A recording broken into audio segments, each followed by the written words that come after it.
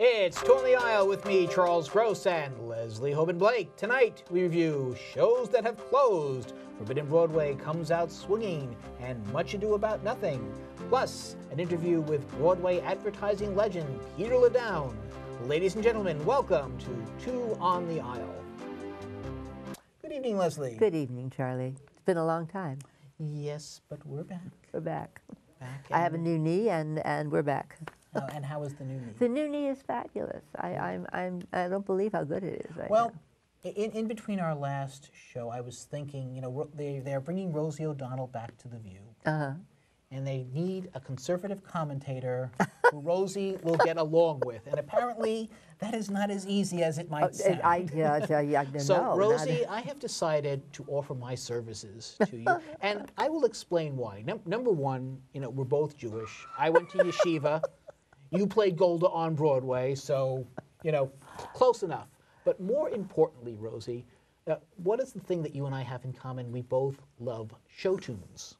And we both know quite a few show tunes. So let's say that we have a really big fight on The View.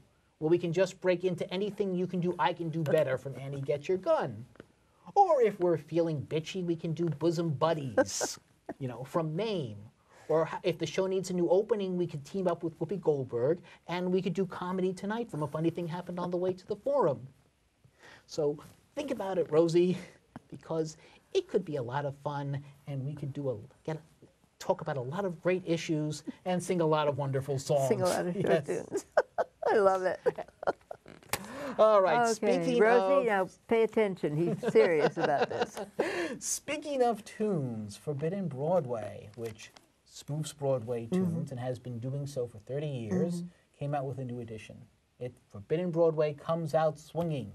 And they did, but apparently somebody swung back. They are swung out. What happened? I have a theory, but it's something. When I was there, the night that I was there, the theater was packed, but it was packed as much with us, the theater critics, and the people that you see at the theater all the time, as perhaps a few tourists and whatnot. The show is not for tourists. It really isn't. If you come to town as a tourist, you may see 1 to 3 shows in the time you're here, and one of them will probably be Les Mis, and then and one will be Phantom, and then so they're always in Forbidden Broadway. But the rest of the stuff they're not going to get. They may not get Mandy Patinkin, who was given a going over. Mandy Patinkin, I think, though. Well, but he doesn't play everywhere. You know, he's very specific. It's a very specific But he's been on case. TV. Yes, but okay. But he doesn't sing on TV. My point being that the people who are not paying for tickets are loving the show. People who are paying for tickets don't get the show, I think. And I think after a while... But why now rather than over... I mean, Forbidden Broadway has always been more enjoyable if you know the shows. Right. And I'll say this show seemed a little more insider than previous editions. Right. But it's, you know, radically so? I'm not sure. Well, I don't know about radically so. They did put in a lot of new numbers. I was very pleased that there were a lot of new numbers. They did a revamped Les Mis. Right, and they put Liza in, but they had her singing with Michelle Williams, so against each other there was a sing-off for Cabaret, which I found interesting. What I enjoyed, actually, was they had Eliza basically lamenting over her career to Who Cares So What. You know, a very rare case of them taking the sentimental route, which I liked. Right. As ticket prices go higher and higher and higher, little shows like this may not be able to survive because they're not something that everybody wants to go see anymore. Right. It's been around forever. People don't know that it's a new show. You know, they don't know that it's a new concept. It was so interesting that one of the original stars was in the audience the night I was there, and I can't think of her name now, the lovely woman who won awards for being in the show. It'll come to me later. But the point is that was who was in the audience that night. And I just think it's a question of, it's a particular taste. It's very much for people who go to see a lot of theater. Right. And if you don't see the shows, I don't think you enjoy it as much. I really don't think so. Definitely. I've been saying that since day one. But I'm just wondering, are people tired of it, or has its original audience, you know, I won't say outgrown it, but tired of it, and not a new, younger audience coming to replace it? I think that's exactly what it is. I love the show. I loved Gerard Delasine Jr. I think he's a genius. But I think that I think what you said is maybe the key. It's tired.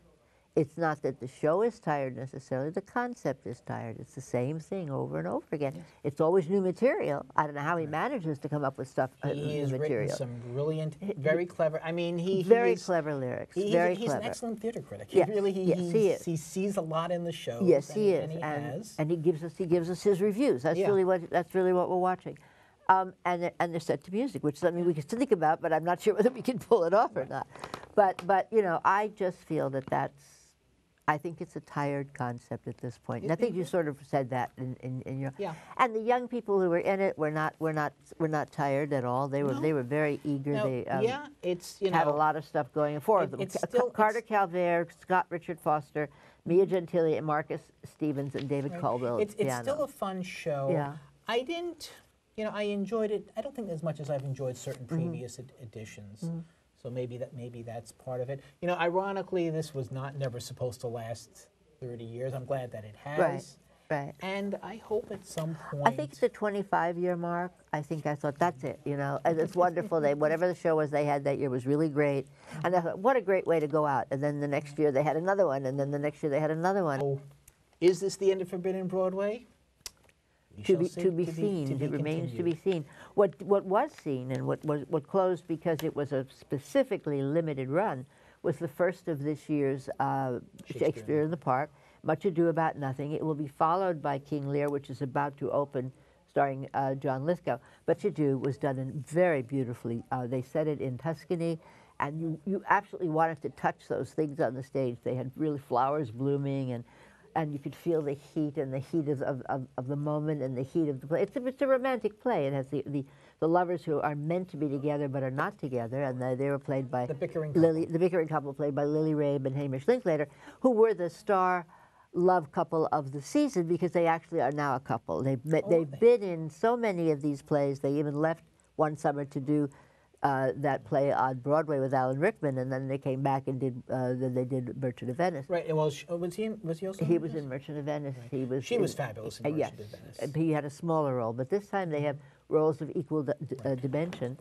And in addition to them, for example, they have Brian Stokes Mitchell. Be still my heart. Brian Stokes Mitchell gets to sing, playing Don John, and he gets to sing. And when he sings, I swear to God, my heart left my body. It's just an amazing thing that man is able to do. And he's a sad character. He's one of the truly sad characters in Shakespeare, because you get the feeling that he really means it when he proposes to Beatrice. He proposes to her, and she says, "No, sir, I would not have you. I would have, or unless I could have another one for Sundays, because you know you're too good for me. You're too wonderful." And what she's doing is turning him down, and he sees that it's a sad character.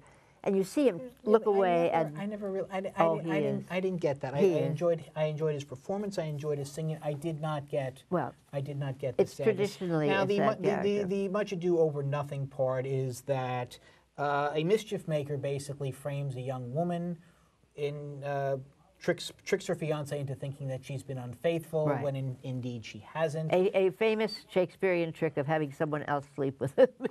Yeah. And only to be undone by the local constable who is cold and ass and repeats that to everybody so it will be on the record. Played by John Pankow, and I'm afraid that role, I've always loved that role. I thought he didn't quite do it justice. He did not.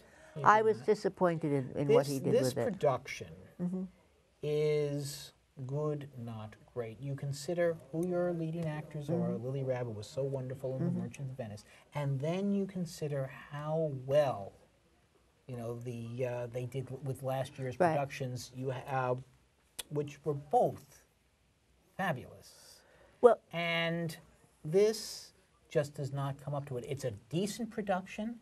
It's an enjoyable production, and the chemistry between Hamish Linklater and because they were directed to do something weird. She was all voice. She lowered her voice down into something like this, and she just kept playing heat and that voice, which is not really the character. She kind of overwhelmed him. I always think of the two parties as kind of equal to each other. And he was playing doofus. He was absolutely a doofus. He would step into things, and he just. Now, I mean, it's obviously to be a fool for love is one thing, but he was foolish for love, which is kind of something else. And so when they actually came together, it was not that believable. For two people who really are in love, I think maybe they were playing against that. I don't know. Maybe they didn't want people to know, although everybody knows. I mean, the director wrote a note in here about it, mentioned the fact that they were the couple of the season. And so that's, and you know, when you think about it, that Kenneth Branagh did the movie with Emma Thompson, and that was so lush and beautiful. That's, I think, what they were trying to do, was that same kind of, the lushness They've of got the of lushness, play. they've got the beauty, they don't have the humor. And this play Yeah, well, is all about humor. Yeah, they're supposed to be. I would give, so I would give Forbidden Broadway about 3 playbills. I would also give this 3 playbills. 3.5, but only because of certain people in it. Yeah, I was disappointed overall. I was, and I'm sorry. I mean, it was so beautifully set up to do, and it's Jack O'Brien, so you know, you kind of expect the expectation level. Really ran. And the minor characters like Brian and or Stokes, and also John Glover playing Leonardo was, you know, marvelous walking around. But I mean, it's a minor role, really. Right. So it's just sad that the expectation level. Well, we'll wait and see what John Lithgow and Annette Bening do with King Lear, also in a limited run. Yeah. So, okay. Okay. And now our interview for the evening with Peter LeDonne. Our guest for this evening is the host of a new program on 970 WNYM. It is called Backstage, but he is also a genuine Broadway madman. And I am pleased to welcome Mr. Peter LeDonne. Well, thank you, Charlie. Thank you, Leslie. My first question, did anyone actually ever use the term madman? I don't recall ever hearing it. Not to my knowledge, no. Other than John Hamm, I'm not sure who was a madman. But I knew a lot of Madison Avenue agency people, and they led a life not dissimilar to John Hamm. But madman is a term I heard only after the show. Mad Ave, though. People said Madison Mad Avenue Ave. advertising. You actually pioneered in Broadway advertising. You did I think you did the first television commercial. The for a first Broadway musical. live-action television commercial, yeah. It was one of those situations, Charlie, where if it worked, I was a genius. If it failed, I was an idiot. And we got lucky, and it worked. Because it was for Pippin, and it aired in 1974. The show was struggling, and it was a long shot. I remember distinctly being on the way to a studio to look at an animated, they called it a pencil test, which was something that you looked at before you went to completion on an animated commercial. It was a little animated, very simple piece with Ben Vereen, who starred in Pippin, and in the cab with my future partner, Jeff Ash. He and I worked for Blaine Thompson Advertising in those days, and his dad was in the car, Ingram Ash, who was one of the owners of Blaine Thompson, and Stuart Ostro, the producer. And I said, you know, we should do a live-action commercial. And I have a studio, a friend that owns a studio in Princeton, New Jersey, who will give it to us for the day for free. Wow. And free is always a good thing to say to a client. Worth going to Princeton for. Yes. And we ended up shooting the commercial. It worked like a dream, and the show started to build immediately after it aired. And this was just one dance number. It was. It was, they called it the anti-war dance. Fosse had, of course, choreographed the show. It was about a 2-minute piece. And so we went into a studio and pre-recorded a 60-second track. The conductor of the show was the late Stan Lebowski, a great, great theater person. And he reorchestrated it and gave us a 60-second track. And then we shot the playback with one 16-millimeter camera. As I said, we went to Princeton, New Jersey. Jeff and I drove Pam Souza and Candy Brown, the 2 female dancers, to the studio. Ben Vereen came down with his agent, and we were done in about 3 hours. They all left, and we put together the commercial. That's impressive. Did Bob Fosse have any say in the Bob filming? Fosse was dead set against it. And I didn't know that until Stuart told me on the day of the shoot. But Stuart asked Bob to come to the shoot. And I was, of course, pretty nervous. I was a young kid, you know, putting a lot on the line with this idea, crazy idea. And Fosse walked in, and I went over to him, as I said, pretty nervous, and I said, Bob, can I explain what we're going to do? And he said, I'm not interested. This is your disaster. I remember whistling that for all of 1974 and 75, and you couldn't get it out of your head. It was so wonderful. Well, it's interesting you should say that, Leslie, because what we did, which also turned out to be a terrific idea for marketing, is the commercial became so popular and well-known that we began to run a 60-second radio spot, which was simply the track for the TV commercial. Very little copy in it, as you recall, or may recall. And that worked because as people heard the radio spots, they were picturing the TV commercial. So we had a radio and TV campaign from the one shoot. So did Fosse ever get back to you after it became such a success? Well, after it became a success, there were several articles on the genius of Bob Fosse and his commercial. And you had to let him have it. Of course. It was fine with us. It's fine. It really allowed Jeff and I to start our own agency because shortly after that, we started LeDonne. Ingram passed away, and that commercial kind of gave us enough of the credibility to start LeDonne, and we had a good run. And the rest, as they say, is theater history. I've actually looked at some of the shows that you did, and it was like a very nostalgic review of my career as a critic, because I remember all these shows when they came out. Were there any others that stand out? Any campaigns, any shows? Well, certainly the campaign for another Fosse show, Chicago. I worked with Fosse several times over the years, and it was always difficult but amazing. He was a difficult guy, but he was genius. So it's pretty easy to take orneriness when you know it's coming from people of that kind of talent. And I remember having great fun making the Chicago commercial, filming Gwen Verdon and Cheetah Rivera. That was quite an experience, and again, working with Bob, it was always an experience. Was he more cooperative, more he was. interested at that point? He was, and he sort of got into it, and he began to do TV and film, as you know, Liza with a Z, and then the film version of Cabaret. So he, I think, developed a greater appreciation for film himself and became more interested in it, and that helped, I believe. The other terrific experience for me was The Wiz. Once again, we shot it in Princeton. We had had such good luck. Now it became superstitious. You know, we had to go back to the studio that we had made Pippin in.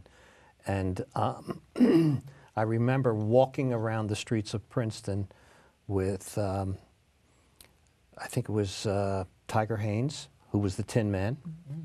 Hinton Battle was the Scarecrow. Stephanie Mills was, of course, played She was Dorothy. Dorothy, sure. and Ken Page. Ken Page played the lion. Right. They were all in costume and walking around Princeton with my children. They were holding my children. I think my children were about 6 or 7 at the time. They must have had a Were wonderful. they all had a skipping ball. together? Yeah, I have great photographs of my kids when we shot the Wiz commercial. So that was, of course, very exciting to me. And then many, many years later, probably the biggest production for commercial was the commercial for La Cage aux Folles. This is the original production. Yes, the original production. We shot the commercial in the theater, of course, the Palace Theater.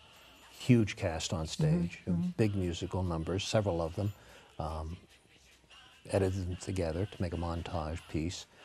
And we kept coming up with new ideas. And Alan Carr and the other producers were always so receptive. And I was frankly running out of ideas. And towards the end of the run, they wanted another campaign, television campaign. I said, well, why don't we shoot one on the Riviera where this is all supposed to take place? And Alan, to my surprise, said, okay. You know, he was a feature film guy. And I didn't realize at the time that was not a big deal to him. You know, it's just a matter of money. And he spent it. So we went to the Riviera to shoot a commercial. So you were both the director and then the editor on these as well? I directed some. I produced all of them and wrote them. Okay. Came up with a concept. Speaking of money, Pippin, the original production, was probably around $15 for an orchestra seat. The revival is a lot more. Oh, isn't everything? Yeah.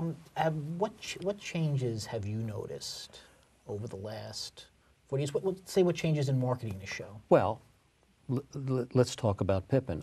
That commercial, I remember the number distinctly, cost $13,000 to produce, soup to nuts. I think cab fare today would be $13,000. It's not unheard of to hear production costs for a musical number that were upwards of $150,000, $200,000 for commercials. So just that end of it. And of course, the advertising itself, the space, the media costs changed dramatically over the years. I think when I left advertising in 1998, a full-page ad in the New York Times had increased to $85,000 for a full-color ad. I really don't have any idea what it is today, but I'm sure it's a lot more. Well, just those little, for lack of a better term, classified ads. ABCs, they're called. Yeah. ABCs, thank you. One of the things I find interesting is that I will talk to friends, and we can still hum jingles from commercials that are 40 or 50 years old, and yet I don't see too many musical commercials these days. Well, you're probably right. I think in theater advertising, what I've noticed, it's been actually quite puzzling, and I am sure is just a function of economics, is that the theater is going back to what I used to call print ads on television.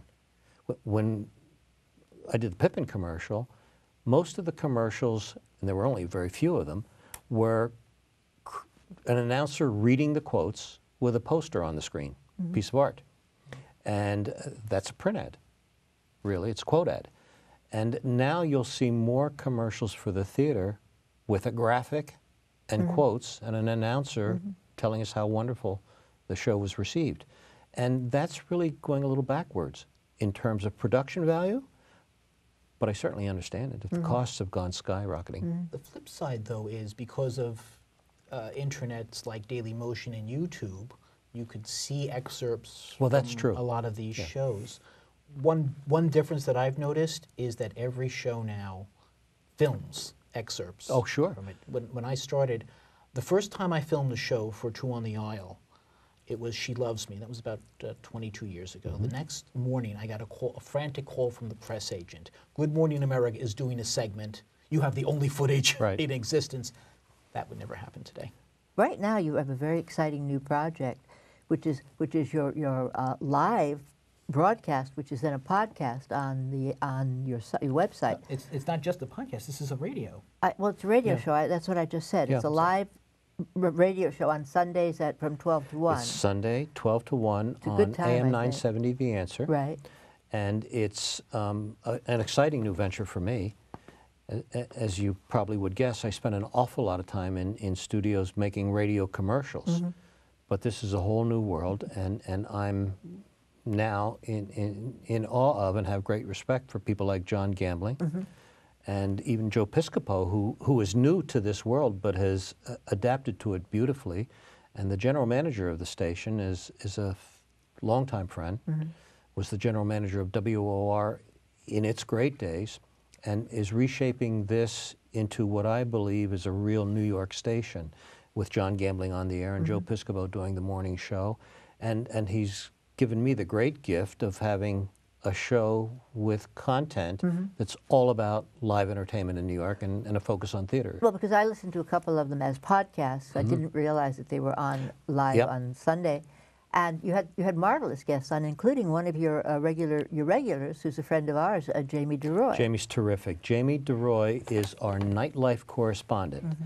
And she astonishes me. There is nothing that she doesn't see and know a great deal about. And most of the time, she knows the performers well. They're friends. And often she's produced something. That's correct. She's a producer. And she's a performer as well. So Jamie does a piece on every show about all the wonderful things that are going on in New York. And I think that's a terrific thing about this show, because most of those cabarets and jazz clubs don't have the resources to do advertising. So people have to go searching for that information. And on our show, Jamie presents basically a quick list and a little background on what's going on in New York. And it's quite remarkable how many things are happening and the choices that New Yorkers have for entertainment. And of course, the first part of the show is usually with a guest connected with the theater, sometimes Broadway shows, sometimes off-Broadway. And then we do a segment that's just about things theater. And again, I'm so appreciative because instead of a show that's just focused on star value, and very often there are a lot of talk shows where stars go on and they're given 2-3 minutes exposure and then they're hustled off. We have the good fortune of talking to directors and writers. We had Richard Maltby on as a guest. He's a wonderful, wonderful guest because he knows so much and has such a great career. Not a famous face, but certainly an important part of theater and Broadway. He's Wonderful done director. some excellent Oh, work. yeah. Baby, The York Theatre, Big, yes. and more recently Jim Dale. That's correct. And Jim Dale was a guest on the show. So we have a chance to talk to these interesting people about not only what they're doing in the here and now, but about their wonderful careers. And in fact, as a result of Richard's being a guest on the show, we're all going down to see the opening of Ain't Misbehavin', which he created many, many years ago, as you know. And that's going to be at the Bucks County Playhouse. So we'll talk about that. It's great fun, and I think there's an audience out there for it. There are people that love the theater, absolutely.